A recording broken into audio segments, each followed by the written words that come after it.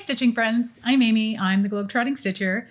And thanks so much for coming back to spend time with us today. Well, maybe this is your first time visiting, and if it is, welcome. We hope that you enjoy seeing what we're working on and spending some time with us. And if you are a returning subscriber or friend, welcome back. It's great to spend time with you again. I know there's a lot of great content out there, and so we appreciate that you want to share some of your stitching and viewing time with us. So we hope that everybody's been doing well. We've had a little bit of some adventures and misadventures over the last couple of weeks, so we'll fill you in on those quickly and then get into the stitching. As far as the misadventures part, so those of you who've been with us for a while have heard the stories about our deck and some of the issues that we've had with that. And we've had a new misadventure with the deck. So it's, I don't know, about like a week and a half ago, maybe. I started noticing that one of the sections of deck, like when I would take the dogs outside, it felt like there was a bit of a slope to it. And I was like, was it always like this? But it was not super noticeable at first. And so I thought it was just my imagination. And then it just seemed like it was like getting more and more noticeable. And then visually I was like, no, really, it looks like the deck is sloping down. So I went outside and I went and stood on a different section of the deck, and I kind of looked at it and I was like, oh my goodness, it's like this. And so I told Gary, and he came and he looked at it, and we were both like, yeah, we have a problem. And that portion of the deck, most of our deck is like built on a hill that slopes down. And so we were like, oh, this is a problem. So anyway, we called my dad, because my dad, years and years and years ago, he used to do some construction work. And so he kind of knows some stuff. Anyway, we called him and asked him to come take a look at it. And he came over and he took a look, and he was like, oh yeah, you're going to have to get that fixed. And what we discovered is the guy so we had our deck rebuilt probably 4 years ago, because the old deck was hazardous.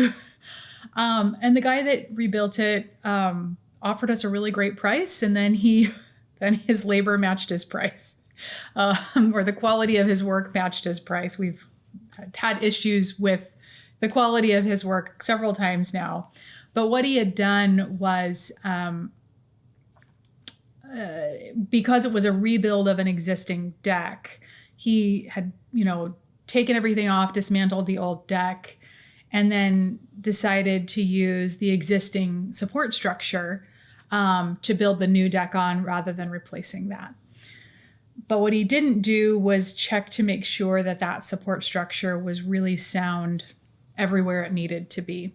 And so what we found had happened, what my dad found and what Gary found when they looked at it, was this particular support beam wasn't grounded in cement. And because it is on an incline, it had started to slide. So we worked with my dad. We went and got a floor jack to kind of put underneath the corner of the deck and get it secure and get it supported so that it won't fall apart and fall to the ground. And then Gary got a couple of guys in here, professionals, to come in and give us a quote on actually fixing the deck. And the guys that are actually going to do it here in the next week or so, they were able to get in there and take a closer look, and they found that, it was like there were all kinds of problems with this particular beam. Like the guy that put it in whoever put it in didn't use the proper kind of wood, not only didn't put it in cement, but just like stuck it in the ground, and then didn't do anything to keep the water from like sitting on the wood when the ground is wet. And so the wood had literally like rotted away. And that's why it like started to give and slide out. So fortunately, the deck is well supported on a temporary basis. We've got somebody coming in to fix it, but oh my goodness, it was a bit of an adventure there. Anyway, we're glad that that's getting resolved. Other than that, things have been, mostly good. It's been nice. I've had a chance over the last couple of weeks to finally get out. We've talked about how we've had a colder, wetter spring than it feels normal for us, which I think is a lot of folks have had that. And so between that and like travel and being busy, haven't had a chance to actually get out and work in the yard and do kind of my spring gardening. So I'm getting started with that late, but I finally got started on it. And so I spent a fair bit of time over the last couple of days getting out, cleaning out one of my big flower beds. It's a flower bed that's in development. I just kind of created this flower bed or started working on it like 2 years ago. And so I'm slowly building it up and, getting it fuller and putting in more perennials. And so anyway, it's like a big flower bed and it's nowhere near completely full. It's got a lot of work that's left in it, but it's cleaned out. I put in some fresh annuals and it's looking pretty good. So I have more work to do, but it feels good to be kind of starting to get a handle on things and getting some of the weeds out and getting things cleaned up. So it's starting to look better out there. So that's been really nice. And then one other thing that I got to do, which I haven't done in a long time, so years and years and years ago, actually before Gary and I even got married, I used to be a pretty regular hiker. And just with life being what it is and schedules being what they are and what have you, I haven't really hiked much in quite a few years. And I kind of started feeling the itch a few weeks ago and decided I wanted to get back out there. So I found a trail that's local, that's not too long and good for kind of easing back in. It's pretty close to town, so it's a heavily used trail. So I don't have to, I don't want to go hiking alone. I used to hike alone all the time, and it's not really a good idea. It's not particularly safe. So I took the dogs with me, and it's a nice trail because it's true hiking, but it's a heavily used trail. Lots of moms, out there with their kids for whatever. Anyway, it was really nice just to get back out into the woods. The dogs had a blast. It was really great. Got to hike along like a stream and hike up to a waterfall, which was really nice. It was kind of funny because Bear and Sophie are very suspicious of moving water. So they were very thirsty and this nice little stream. And I was like, you guys want to drink out of the stream? And they were both like, but it's moving. No. So they finally, I had water with me that I carried in for them, but they did finally give it a try and they decided that they liked it. So anyway, that was really fun. Let's see what else. Let's see. Oh, I wanted to share with you guys, this I thought was just kind of funny. So a friend of mine, one of my really good friends, her name is Raechelle. And she wrote a poem that I wanted to share with you guys because I thought it's so relatable and I thought it was really cute. So Raechelle, at the very beginning of the pandemic, had reached out to me. Like, this is like early pandemic days when everybody was still in lockdown and nobody was like doing anything. It was just essential services. And she was getting bored. And so she had reached out to me and she was like, can you teach me how to cross stitch? And I was like, yes, of course I can teach you how to cross stitch. I would love to. And it was funny because at the time, those of us who knew her were like, this is not going to stick. It's just, she likes crafting, but nobody really thought that she would, get into cross stitch. And I kind of thought, I'll teach her how. She'll kind of work on a project, decide she doesn't like it, and that will be that. Well, we were all very wrong because Raechelle has become a cross-stitch addict like the rest of us. She's got several projects that she's working on. She makes gifts for people. She's worked on a number of big projects now, and it's just been really kind of awesome, but also funny to see this become a love for her. So anyhow, she had posted a poem on Facebook that she wrote the other day because like many of us, she's reached the point in her stitching journey where she takes her cross stitch with her if she has to go sit in the doctor's office and wait, or, if she has to go get the car worked on or what have you, the stitching goes because it gives you something to do. And so while she was sitting in the doctor's office waiting, she wrote this poem and she shared it on Facebook. And I just thought it was funny. So I wanted to share it with you guys. She says, it's called A Poem About Addiction. And it says, I can cross stitch anywhere. I can cross stitch here and there. I can cross stitch in my car. I can cross stitch in a bar. I can cross stitch at the doctor's. I can cross stitch during soccer. I can cross stitch when it's cold. I can cross stitch because I'm old. I can cross stitch anytime. I blame Amy for this rhyme. So I just thought that was really funny. And I really didn't appreciate being called out like that. But anyway, I thought you guys could all relate. I particularly like the idea of cross stitching in a bar. That's not something I've tried yet, but now I feel like I need to. Okay, let's see. 2 quick things and then we'll get into the stitching. One, I wanted to do a shout out for a new floss tuber that I've just recently discovered. She was a channel that YouTube had suggested in my feed of, possible videos that I might want to check out. And so I was like, oh, this looks interesting. I'll give it a go. Right now, I think she's only got the 1 video out, but I really enjoyed it. And so wanted to pass her name along to all of you in case you haven't stumbled across her yet. Her channel name is A Dutch Stitcher. Pardon me. And her name is Hanukkah, which I think is just a beautiful name. And I just really enjoyed her video. I enjoyed watching her. She had a good presence. She just seemed like a really warm and genuine person. And she was stitching on some things that I haven't really seen before, which is always a nice treat. So lots of kind of natural sorts of, she did a lot of animals and flowers. She's got some really pretty things that kind of have that long dog sampler feel. And then she does cards, and I know we've all seen stitchers who like cross stitch cards, but I've never seen anybody stitch a card like the ones that she was showing. And they were just beautiful works of art. So, really, really lovely.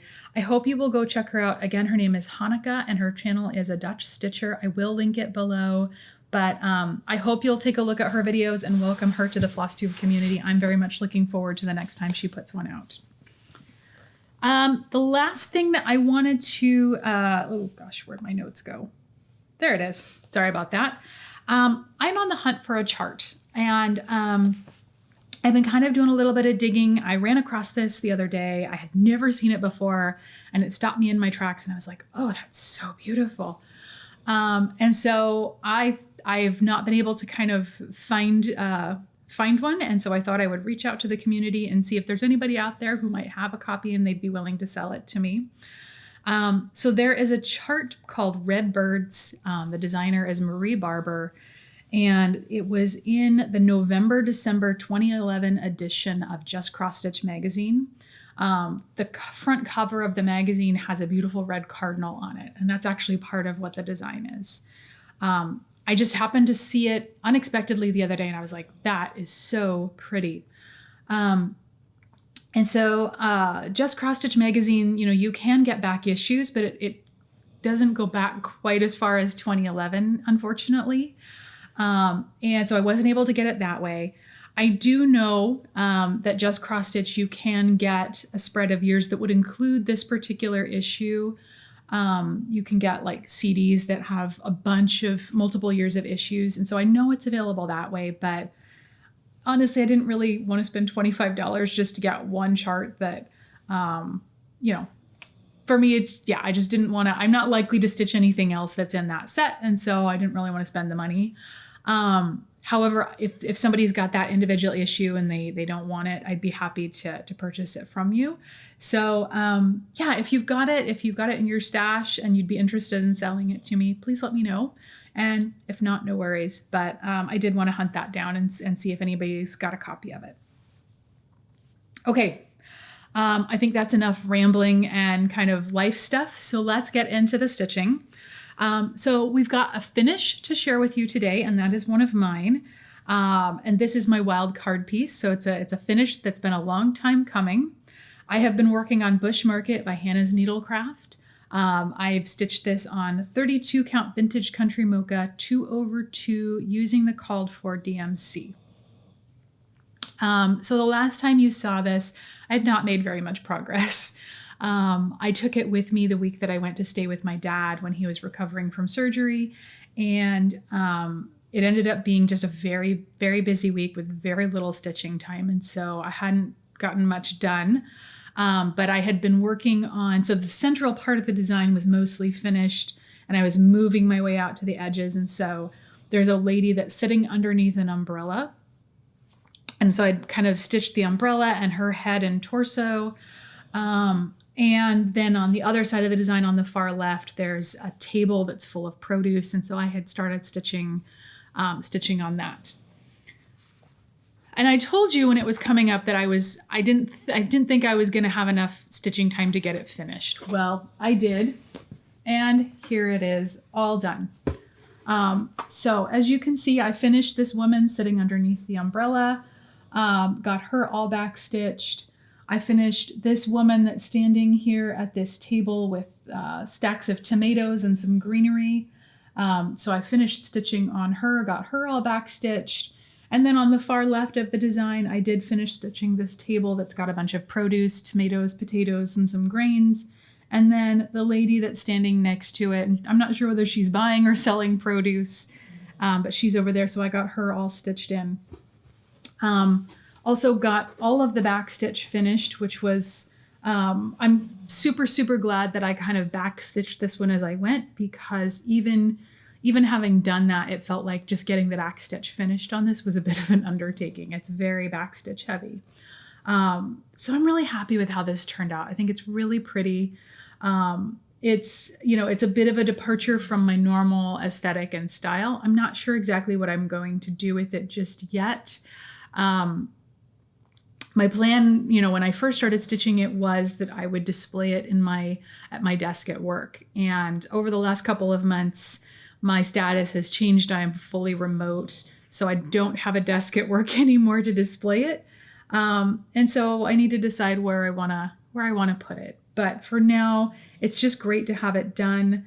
Again, I really love it. I love how so much of this feels familiar to me as someone who has spent time in village markets in Africa. One of the things that I loved as I was working on it this time, in particular, this lady that's standing on the far left of the design, the mama that's got the little baby on her back, is something that you see so often where, mothers will take their little babies and they'll just have a sling and they'll just tie them to their back, and they're nice and secure and the babies are happy there.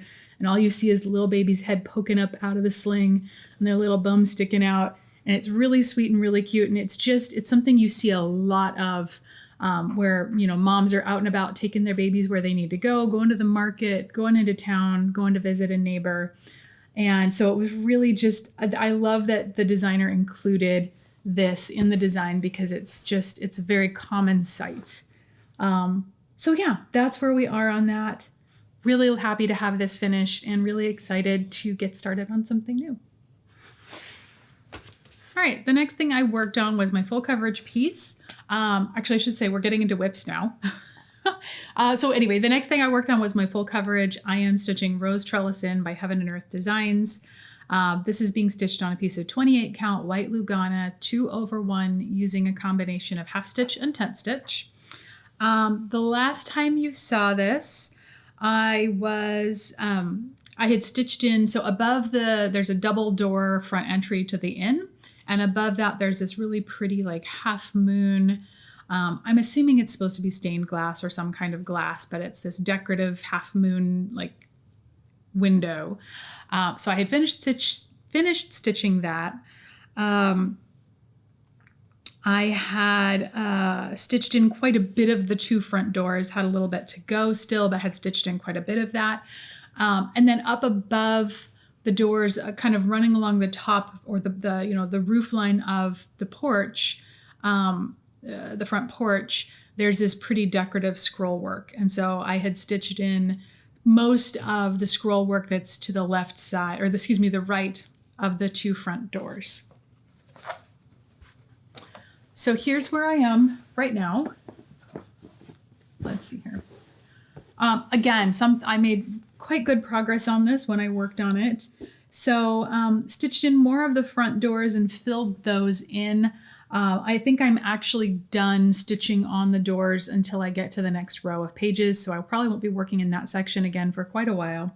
But one thing that was really exciting for me was next to one of the two front doors, I'm calling her the proprietress of the inn. I'm assuming that she's the lady who runs the place, but she's standing there welcoming guests to the inn. And so I got to stitch in her head and face. And she's a really good example of, if you get too close to your cross stitch, it doesn't look good, because just up close and personal, she just looks like a big blob. She's, it's like it's scary face, big blobby scary face. But if you stand back and look at her, you get the feel of a person who's smiling and welcoming you. So kind of interesting, but I'm happy to kind of have her in there and have that human element. And of course, then I continued carrying over to the right of the design. So I got another section of the decorative scroll work that's along that roof line stitched in, got more of the pink siding, started stitching in the one of the windows that's along the porch, and then there's a hanging basket in front of that window, so I started stitching in the hanging basket. And then of course continued up above that, carrying the roof over and working on this heart trim that's along the windows on the second floor of the house. So really making good progress on this. Every time I pull it out now, I'm really enjoying it. I didn't want to put it away this time. I kept looking for more opportunities to work on it because it's really nice to see this coming together. And I really, really enjoy working on it. So definitely looking forward to when this one comes out again. I think it's just beautiful. And it's fun to be at the place that it's at because it feels like all of the progress really adds to the design so much. So that's where I am on Rose Trellising. All right, next we are going to go to Gary and let him talk to you about what he has been working on with his human beings chart. Yeah, here we go. All right. Well, I'm working on human beings, right? I'm sure everybody knows. And that, well, not everybody. If you're new, you wouldn't know that. But at any rate, it's human beings. It's designed by the Demented Stitcher, which is an Etsy shop. It's stitched on 16-count rock salt Aida. Every time I say that, I think of the Flintstones. Anyway, 16-count rock salt Aida by Color and Cotton with the called for DMC. The last time you saw this, I think I finished the bottom border, but that was it. I don't think I got any of the letters done. But because it doesn't really matter though, because I got the C done in colors. Well, here's where it is now. And I got the C done in colors, and then went all the way out to the S. And when I got to the S, I realized that if I'd stitched it according to the pattern, I would be one space below each of, below all of the letters. So something was wrong. And the something was wrong was the S, the O, the L, and the O before that. So all of that had to come out, and I had to redo it, which is okay because I didn't quite do the O the way it's supposed to have been done anyway. So I had to go back and redo colors, which I did. And I also finished May, I think. And yeah, I finished May and started May Vary. Vary is the third word. I started that. I got the V done for that. So I've got 3 letters left, which is A-R-Y. Happens to be part of my name as well. Gary, G-A. Well, you know the rest. Anyway, so that's all I have to finish. And then it's the bottom border, and then this will be done. So I don't see how this, depending on what happens, because I've got a documentary I'm working on for class that I have to get done. And the last day of class is like June 13th or something like that. And essentially I only have 2 classes left because we only meet on Tuesdays. So I really need to put a lot of effort into making the documentary look good. But I really should be done with this guy by the next time we shoot, because the letters go real fast. It's all one color and it's a specific pattern, so they go pretty quickly. So anyway, so that's where I am on human beings, and yeah. Awesome. Okay, one more whip to show you, and that is my sampler. So I am working on BlackBerry House by Plum Street Samplers. I am stitching this on 36-count platinum linen by Zweigert, using, let's see if I can get this to cooperate here, using the called for flosses, stitching 2 over 2. And this one is a stitch along. I'm doing this with several different folks, a couple of, so Sarah, who is Stitch Addict on Instagram. I think Sarah is finished. If not completely finished, then she's really close. So she's made great progress on this. Paula from Stitching in High Heels is working on this, as well as I've had a number of you in the comments saying you either have it and have started it or you want to start it, as well as some folks on Instagram. So the hashtag for this is Blackberries for Dad, SAL. And so the last time you saw mine, I had just come back from Nairobi and I had taken it with me. And I had, let's see, where was I? I had stitched in most of the bowl section of the vase. I had like one chunk of stitching left to finish there, but I had finished quite a bit of that fill in. And then I had really spent a lot of time focusing on the right-hand side of the design, filling in all those different elements that are in the floral arrangement there. Here's where I am right now. As you can see, definitely crawling, well, not crawling, making a little bit faster progress on that, but definitely moving closer to a finish. So this time when I worked on it, this section is page 1. I had just a little bit of stitching to finish up there. So I got that done. So page 1 is fully finished. This here is page 4. And I also had a little bit of stitching left. Well, more than a little. I had a fair bit of stitching left to finish and some fill in over here. So this is now fully done. I spent a lot of time working over here, kind of filling in. There's still a fair bit left to do. There's a couple of big chunks of stitching in a couple of leaves here, and then a number of little berries and things like that. But as you can see, I've now completely finished the vase, which is really, really great to have that done. That's a big chunk of stitching. I did this 1/1 weather vane, which I'm really proud of. I think it turned out really great. And then have started stitching in this house over here, which is it's another fairly dense chunk of stitching, but I've got a good start on it. And then as you can see, I've now started the cartouche at the bottom of the design, where we've got this kind of border of berries. And then underneath that, the chart calls for an alphabet. But actually I was messaging with Sarah, Stitch Addict, and she showed me what she had done, because I had mentioned in my last video that I was trying to decide where exactly to kind of plug in the personalization for my dad. So I've shared on previous videos that I'm stitching this in honor of my dad, because my dad loves blackberries and blackberry desserts. And so this chart makes me think of him. And so I was trying to decide where I was going to kind of plug in his name or his initials to personalize it in honor of him. And Sarah was stitching this chart in memory of one of her family members. And so she showed me that instead of putting the alphabet in here at the bottom, she had stitched that person's name and dates of birth and death. And so I really liked what she did with that. And so she offered to chart out Dad's information for me, which was just really sweet. So she did that. And so the next time this comes out, I'll be filling that in down here, because I think that's going to look really great. And I think that's going to be a really beautiful way to kind of honor him. So yeah, I'm really enjoying this. I think there's a reasonable chance I could finish it the next time it comes out. Maybe not, but if I don't get it finished, I just jinxed myself and I know it. But theoretically, the next time this comes out, I should be able to get it fairly close to a finish, if not totally wrapping it up. So anyway, that is where I am on BlackBerry House. So that's all we have for whips, but there is a new start in the house, and that is Gary's. So I'm going to hand it over to Gary to talk about what he is doing.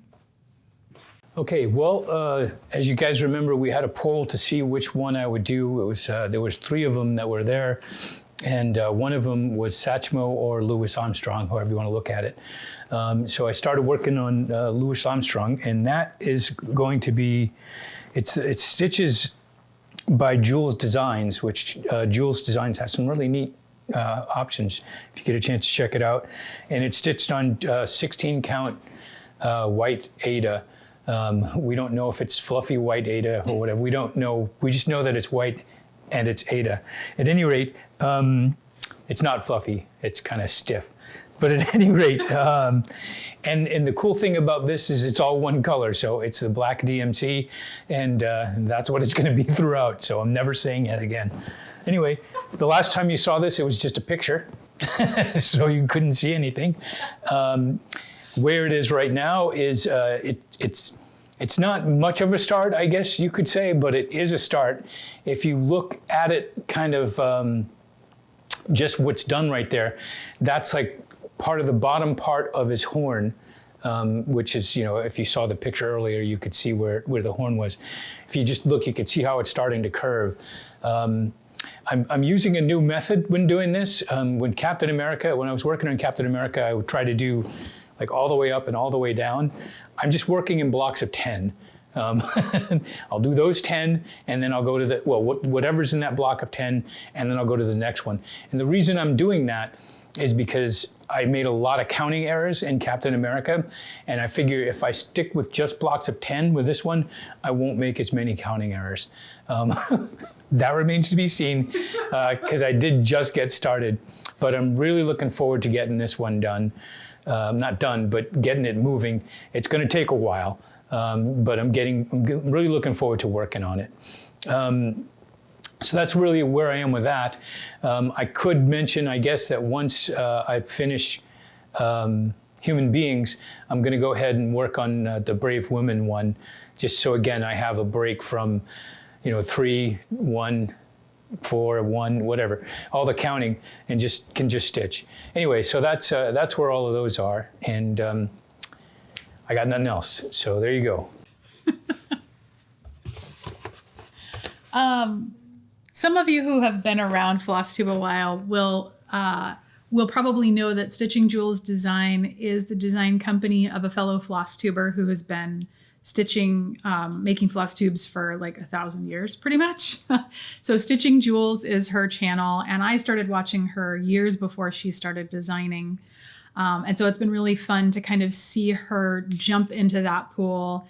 And as Gary said, she's got a lot of really great stuff. So if you're looking for her, she's on Etsy. She also has her own website where she sells PDFs and hard copies of her charts. So we'll make sure that's linked below. But as Gary said, she's got a lot of great stuff. And you should also check out her Flosstube channel. On the subject of new starts and on polls, I wanted to just, before we move on, get a vote from all of you. So as you know, as we showed earlier, I finished my wild card piece, which is Bush Market. And I have been thinking literally for months about what is my next wild card start going to be. And I've been dithering and going back and forth. And I thought, well, maybe I'll try the Tiny Decisions wheel and see what that picks for me. And so I put a bunch of options in there and I clicked the wheel and something came up and I was like, I don't want to stitch that next. Click the wheel, click the wheel, click the wheel. So that really didn't help me because everything it suggested, I was like, I'm not really feeling that right now. So I've kind of whittled down the options to 3, and I wanted to kind of put it out there and see what you guys think, what you'd like to see. Gary's already kind of cast his vote. And so I would just like to, I'm kind of interested to hear what the community is most interested in seeing. So the first option, we'll have to put a picture up on the screen because I only have this, it's a PDF chart, so I don't have anything in paper to show you. But this is a design from an old Just Cross Stitch magazine. It's called Fall Hydrangeas and White Pumpkins. The designer is Marie Barber. And this is actually a sister design. So if you guys watch the Sunshine Stitchers, EJ has been working on a design called Elegant Pumpkins for a while. It's the same designer. And I think these two pieces could actually probably be framed and hung side by side if somebody stitched both of them because they've got a lot of similar elements and colors. So this, yeah, like I said, Fall Hydrangeas and White Pumpkins. I think it's really pretty. I love hydrangeas are one of my favorite flowers. And so I love that you've got like these beautiful hydrangeas in an arrangement that are the fall, you can tell they've colored up for the fall. And then you've got the pretty white pumpkins with some of the kind of the black, the word is escaping me, but anyway, really, really pretty design. And it's not one I see stitched very often. And so thinking about starting that one, but it's rather large. And so It's been one I've been hesitant to start in my seasonal category because I know it's going to take some time, and usually I try and stick with more small to medium-sized charts for the seasonals. So that's the first option. The second option is one of my Dimensions Gold collection kits, and this is Cabin Fever. And another big one, but so beautiful, and it's been one I've been wanting to start for a really long time. Would really like to get to this one. And so this is option number 2. And then option number 3 is Gift of Peace by Lavender and Lace. It's one of the beautiful Santa Claus designs that she did. And so this is another one this was actually one that the Tiny Decisions wheel pulled up. And I was like, yeah, I could do that one. It wasn't an immediate, meh. So I would love to hear your thoughts and your vote on which of these 3 you think I should do next. I still reserve the right to stitch whichever one I'm feeling when I actually get ready to do my start, but it'd be great to hear from all of you on what you think. Okay, so we have a couple of questions that came in on recent videos that I wanted to make sure we responded to, and then we will talk about plans and wrap it up for today. So the first question came from one of our regular viewers and commenters. Her name is Melba. Hi, Melba. And I really love getting comments from Melba. It's always a pleasure to kind of have a little bit of a conversation back and forth with her in the comments.